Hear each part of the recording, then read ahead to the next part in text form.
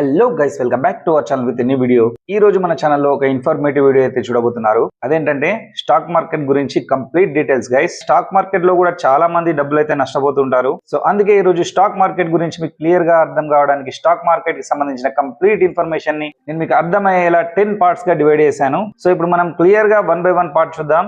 Clear గా వినండి. ఈ వీడియో నేను చేసే పర్పస్ జస్ట్ స్టాక్ మార్కెట్ లో డబ్బులు ఎలా లాస్ అవుతారని. This is not a promotional video. In fact నేను కూడా చెప్పేది ట్రేడింగ్ చేయొద్దు అని. Okay, let's start now.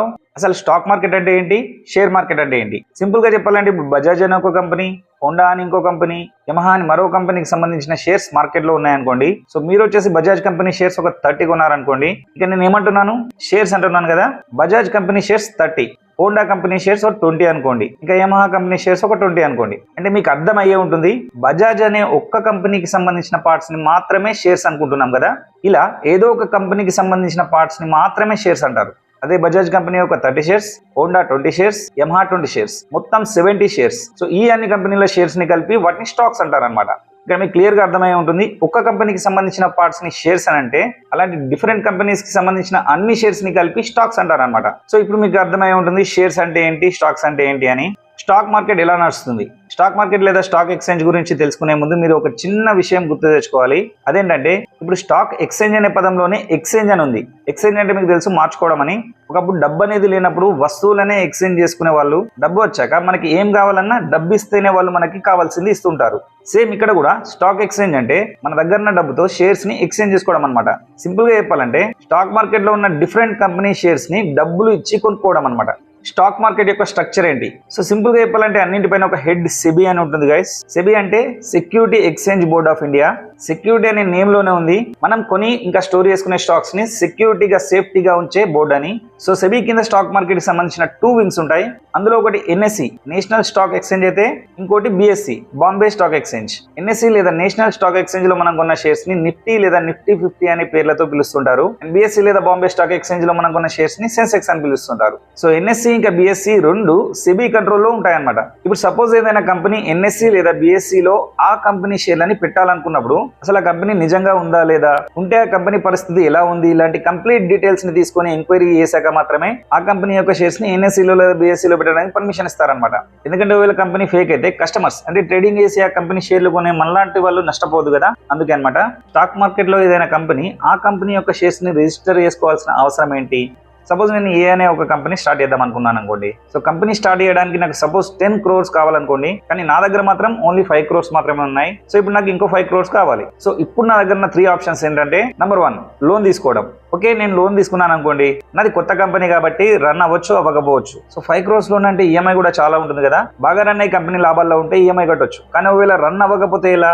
Bank వాళ్ళు నా కంపెనీని రికవర్ చేసుకుని ఆక్షన్ లో అంటే వేలం పాటలో పెట్టేస్తారు. అప్పుడు నేను అందులో ఇన్వెస్ట్ చేసిన 5 crores కూడా లాస్ అవుతాను. So loan is not possible అనమాట. ఆప్షన్ నెంబర్ 2 ఎవరైనా పార్ట్నర్ ని వెతుక్కోవడం. గైస్ 5 crores ఇన్వెస్ట్ చేసే పార్ట్నర్ దొరకాలంటే చాలా కష్టం. ఒకవేళ దొరికినా మనది కొత్త కంపెనీ కాబట్టి మనల్ని నమ్మి మన కంపెనీలో ఇన్వెస్ట్ చేయడం అంటే కష్టమే. కాబట్టి వేరే ఒక పార్ట్నర్ ని వెతుక్కోవడం కూడా impossible. And the final option is stock market. Yes, last and final option is stock market, guys. So ఇప్పుడు మన కంపెనీ షేర్స్ ని స్టాక్ మార్కెట్ లో ఎలా రిజిస్టర్ చేసుకోవాలో తెలుసుకుందాం. సో గైస్ ముందు చెప్పుకున్న విధంగా స్టాక్ మార్కెట్ ని మెయింటైన్ చేయడానికి SEBI security exchange board of India అని ఒక హెడ్ ఉంటుందని చెప్పుకున్నాం కదా. సో నేను నా కంపెనీని రిజిస్టర్ చేసుకోవడానికి నేను ఫస్ట్ సెబీని అప్రోచ్ అవ్వాల్సి ఉంటుంది. అప్పుడు సెబీ ఏం చేస్తుందంటే నా కంపెనీ యొక్క each and every detail, like నా దగ్గర ఇన్వెస్ట్మెంట్ ఎంత ఉంది, ఒకవేళ ఆల్రెడీ నా కంపెనీ ఉండి ఆ కంపెనీని డెవలప్ చేసుకోవడానికి లేదా కొత్త బ్రాంచ్ స్టార్ట్ చేయడానికి నాకు అమౌంట్ అవసరం ఉన్నా నేను వచ్చేసి సెబీని అప్పుడు అప్రోచ్ అయితే, ఒకవేళ నాది కొత్త కంపెనీ అయితే సెబీ నా దగ్గర ఎంత ఇన్వెస్ట్మెంట్ ఉంది, లేదా నా కంపెనీ డెవలప్మెంట్ కోసం అయితే నా కంపెనీ అసెట్స్ అంటే ఆస్తులు, చిన్న పిన్ పేపర్ ప్రింటర్ తో పాటు నా కంపెనీ కింద పనిచేసే కార్లు అండ్ నా కంపెనీకి లయబిలిటీస్ అంటే ఫైనాన్షియల్ రెస్పాన్సిబిలిటీస్ లైక్ అప్పులు ఎన్ని ఉన్నాయి అని కంప్లీట్ డీటెయిల్స్ చూసిన తర్వాత ఓకే అనుకున్నప్పుడు సెబీ వచ్చేసి నా కంపెనీ స్టాక్స్ ని స్టాక్ మార్కెట్ లోని ఎన్ఎస్సి లేదా బిఎస్సి లో రిజిస్టర్ చేసుకోవడానికి నాకు పర్మిషన్ ఇస్తుంది. అప్పుడు నేనేం చేయాలంటే నా కంపెనీకి కావాల్సిన 5 crores అమౌంట్ ఏదైతే ఉందో ఆ అమౌంట్ ని సపోజ్ 10,000 షేర్స్ లా డివైడ్ చేస్తే ఒక్కో షేర్ వాల్యూ 5,000 రూపాయలు ఉంటుంది కదా. ఇలా 10,000 షేర్స్ ని ఎన్ఎస్సి లో లేదా బిఎస్సి లో లేదా ఎన్ఎస్సి లో 5,000 బిఎస్సి లో 5,000 షేర్స్ ని రిజిస్టర్ చేస్తాను అనమాట. అలా నేను రిజిస్టర్ చేసుకున్న నా కంపెనీ షేర్స్ మీరు అంటే ట్రేడర్స్ కొనేలా మీకు ఎన్ఎస్సి లో ఇంకా బిఎస్సి లో కనబడతాయి అనమాట. అప్పుడు మీరు వాటిని కొనవచ్చు. ఇక్కడ మీరు నా కంపెనీ షేర్స్ కొంటున్నారు అంటే మీరు నా కంపెనీలో టెంపరరీ పార్ట్నర్స్ అవుతున్నారని అర్థం. ట్రేడింగ్ అంటే ఏంటి, ట్రేడింగ్ ఎన్ని types, trading in simple words ఇందాక నేను సెబీ నుండి పర్మిషన్ తెచ్చుకొని స్టాక్ మార్కెట్ లో రిజిస్టర్ చేసిన నాలాంటి కంపెనీ స్టాక్స్ కొనడమే. అంటే నాలాంటి కంపెనీలో టెంపరరీ పార్ట్నర్స్ గా మారడం అనమాట. సో ట్రేడింగ్ లో 2 టైప్స్ ఉంటాయి గైస్. స్టాక్ మార్కెట్ యొక్క స్టార్టింగ్ టైం వచ్చేసి మార్నింగ్ 9:15 కి అయితే క్లోజింగ్ టైం వచ్చేసి మధ్యాహ్నం 3:30 కి అనమాట.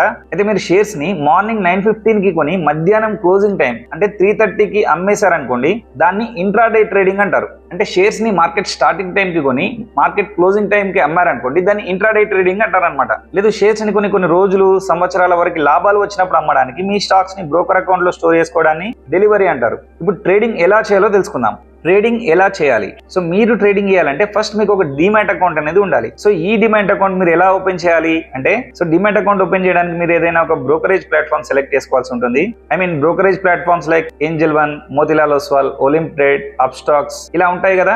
వీటిలో ఏదైనా ఒక ప్లాట్ఫామ్ నుండి మీరు మీ details like Aadhaar card, PAN లాంటి డీటెయిల్స్ ఇచ్చి డిమాట్ అకౌంట్ అయితే ఓపెన్ చేసుకోవాల్సి ఉంటుంది. సో వన్స్ మీరు డిమాట్ అకౌంట్ ఓపెన్ చేశాక యాప్ డాష్ బోర్డ్ లో డైరెక్ట్ మీకు డిఫరెంట్ కంపెనీల యొక్క షేర్స్ కనబడుతూ ఉంటాయి. సో అందులో నుండి మీరు నచ్చిన షేర్స్ ని మీరైతే కొనుక్కోవచ్చు అనమాట.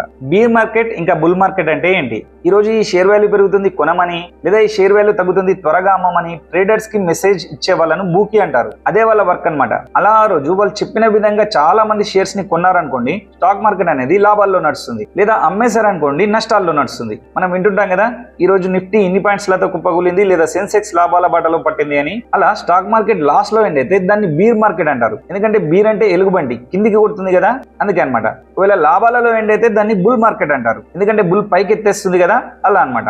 మ్యూచువల్ ఫండ్స్ అంటే ఏంటి? Mutual funds is nothing guys. ఇప్పుడు మీరు ట్రేడింగ్ కి కొత్త, మీకు ఏ కంపెనీ షేర్స్ కొనాలి లేదా ట్రేడింగ్ ఎలా చేయాలి తెలియదు అనుకోండి, ఎక్స్పర్ట్స్ కి డబ్బులు ఇచ్చి వాళ్ళతో ట్రేడింగ్ చేయించడాన్ని మ్యూచువల్ ఫండ్స్ అంటారు. అసలు స్టాక్ మార్కెట్ లో ట్రేడింగ్ చేయడం వల్ల ఎందుకు నష్టపోతాం గైస్? ఇందాక మనం చెప్పుకున్న విధంగా ట్రేడింగ్ అంటే ఒక కంపెనీ స్టాక్స్ ని కొనడం.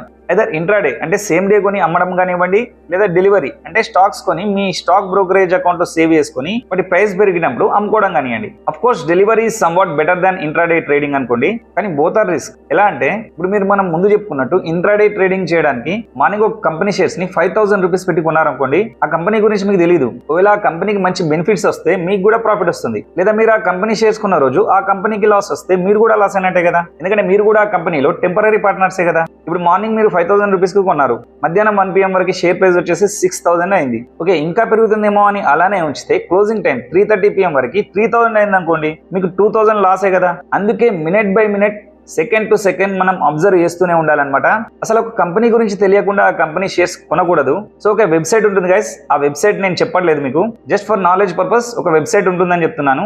నేను దాని పేరైతే చెప్పను. సో ఆ వెబ్సైట్ లో మినిమం 1 మంత్ నుండి ఆ కంపెనీ షేర్ ప్రైస్ ఎలా ఉంది, పెరుగుతుందా లేక తగ్గుతుందా, ఇలాంటి చాలా క్యాల్కులేషన్స్ అండ్ రీసెర్చ్ చేసి ఆ తర్వాత మాత్రమే ఆ కంపెనీ షేర్స్ కొనాలి. అలా రీసెర్చ్ చేసి కొన్నా కానీ నెల రోజుల నుండి పెరుగుతున్న షేర్ వాల్యూ మన గ్రాచారం బాలేకుంటే మనం కొన్న రోజే తగ్గొచ్చు కదా. లేదు డెలివరీ అంటే 5,000 రూపీస్ షేర్స్ కొని మీరు స్టాక్ బ్రోకరేజ్ అకౌంట్ లో సేవ్ చేసుకొని మంచి రేట్ వచ్చినప్పుడు అమ్మేద్దాం అనుకుంటే ఆ ప్రైస్ ఇంకా తగ్గిపోయినా కానీ మీకు లాసే కదా. గైస్ సింపుల్ గా చెప్పాలంటే స్టాక్ మార్కెట్ అనేది కంప్లీట్లీ అన్ప్రెడిక్టబుల్. మీకు ఎవరైనా ఏ రోజు ఏ షేర్ వాల్యూ పెరుగుతుంది నేను చెప్తాను, నువ్వు ట్రేడింగ్ అన్నా కానీ నమ్మకండి, ఎందుకంటే అది వాళ్ళకు కూడా తెలియదు. ఓకే గైస్, ఇది వచ్చేసి స్టాక్ మార్కెట్ గురించి నాకు తెలిసిన ఇన్ఫర్మేషన్ మీకైతే క్లియర్ గా ఎక్స్ప్లెయిన్ చేశాను అనుకుంటున్నాను. ఇంకా మీకు ఏమైనా డౌట్స్ ఉంటే you can ask me in the comment section.